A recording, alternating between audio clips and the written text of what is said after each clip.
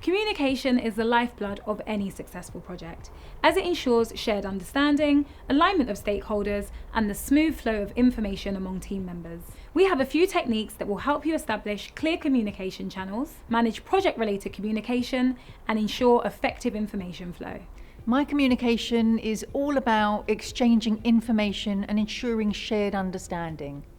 I've been more successful with a well-crafted communication plan. It helps me choose the most appropriate communication media, deliver focused messages to stakeholders, and ensure there's consistency and systematic improvement in communication. I build my communication plans from stakeholder analysis. I outline the who, what, when, why, and how of two-way communication between my project team and the stakeholders. I analyse the stakeholders' level of interest and power to create an engagement strategy for effective communication. Questions like, what message should be communicated to a specific stakeholder? Or what form of media will motivate engagement the most are crucial in designing my communication plans. Communication in my project can be impacted positively or negatively by different factors, such as cultural influences, team dynamics, chosen communication methods, and language used.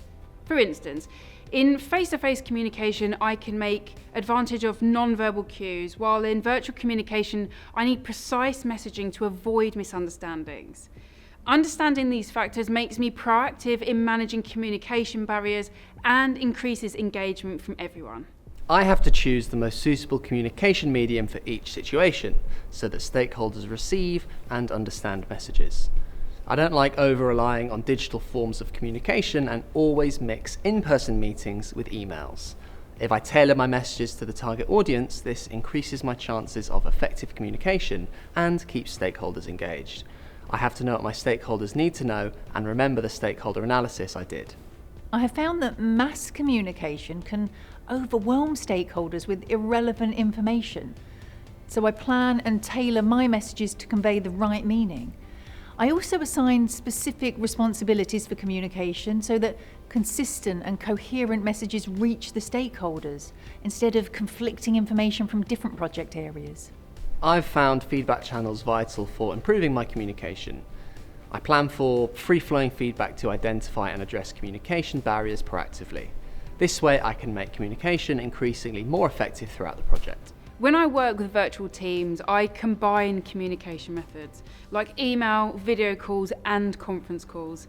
In order to have seamless collaboration, I proactively manage virtual communication barriers, and I try to remember it's harder to read cues and body language virtually.